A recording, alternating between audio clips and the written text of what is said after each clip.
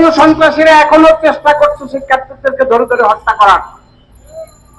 অথচ আপনার স্থানীয় কোনো প্রশাসন, কেন্দ্রীয় প্রশাসন এই ব্যাপারে সম্পূর্ণ নির্বিকার। তারা কোনো আইনি পদক্ষেপ নেয় নাই, তারা কোনো সামাজিক প্রতিরোধ গড়ে তুলে নাই। সম্পূর্ণ অরক্ষিত অবস্থায় রেখে একটা বিশ্ববিদ্যালয়কে তারা দেশের অন্যান্য কাজ নিয়ে ব্যস্ত। তারা আসলে কোনো কাজ নিয়ে ব্যস্ত না। এই সরকার দেশের প্রত্যেকটি সেক্টরে ব্যর্থতার পরিচয় দিয়েছে।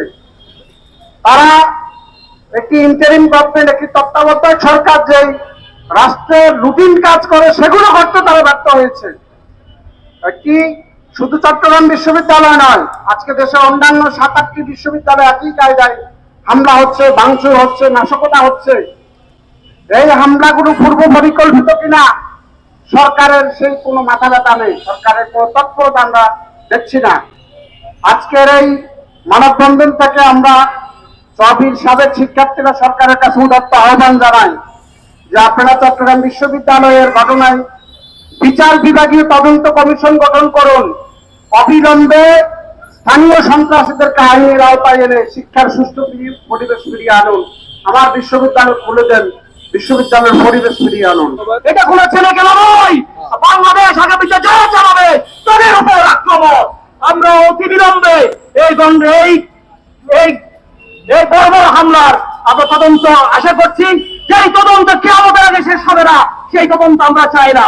অবিলম্বে তদন্ত শুরু করা হোক এবং এফআইআর দায়ের করা হোক। আমরা করে মামলা করবো না, প্রত্যেকটা মামলায় কারাগারি তারা দায়ের করতে হবে। এবং একই সাথে যেসব সন্ত্রাসীরা তাদের ফুটেজ প্রকাশ্যে দেখা যাচ্ছে, ম্যাচ থেকে দৌড়ে দৌড়ে এনে কমিয়েছে, সম্মুখ যুদ্ধ থেকে হলে সেটা আমরা ভিন্নভাবে বলবো। ম্যাচ থেকে দৌড়ে তুলে এনে চাপ থেকে তারা ফেলে দিয়েছে। এই ধরনের বর্বর এই সভ্য দেশে, সভ্য পৃথিবীতে বাংলাদেশে আমরা বরদাস্ত করতে পারি না। আমরা অবিলম্বে আর গ্রামের মধ্যে যারা নিরহ মানুষ আছে আমরা তাদের প্রতি নির্যাতন হোক সেটাও আমরা চাই না। কিন্তু গ্রামের যে সন্ত্রাসীরা প্রকাশ্যে কুপিয়েছে, অবিলম্বে তাদের আইনের আওতায় এনে ব্যবস্থা নেওয়া হোক। অন্যথায় চট্টগ্রাম বিশ্ববিদ্যালয়ের সাবেক শিক্ষার্থীরা বর্তমানদের সাথে নিয়ে পরবর্তী কর্মসূচি ঘোষণা করবে। শিক্ষার্থীদেরকে নিরাপত্তায় ঝুঁকিতে রেখে বাংলাদেশের নিরাপত্তা কখনো সুন্দর হতে পারে না।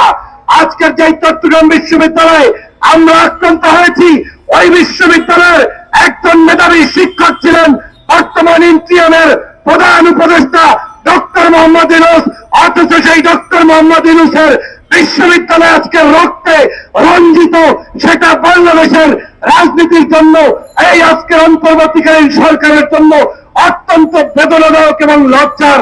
সরকারকে বলতে চাই, আপনাদেরকে সুনির্দিষ্ট অভিযোগগুলো তদন্ত করে গ্রেপ্তার করতে হবে।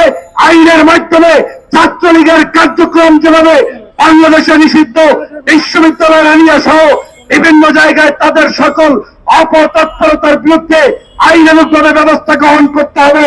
আমাদের সাধারণ শিক্ষার্থীদেরকে সুচিকিৎসা নিশ্চিত করতে হবে এবং এই বিশ্ববিদ্যালয়টাকে সম্পূর্ণরূপে আবাসিক বিশ্ববিদ্যালয়ে রূপান্তরিত করতে হবে, যাতে করে আমার চট্টগ্রাম বিশ্ববিদ্যালয়ের ছাত্র ছাত্রী ভাইয়েরা নিরাপদে পড়াশোনা করতে পারে, রাজনীতি করতে পারে, সমাজনীতি করতে পারে, রাষ্ট্রের জন্য অবদান রাখতে পারে।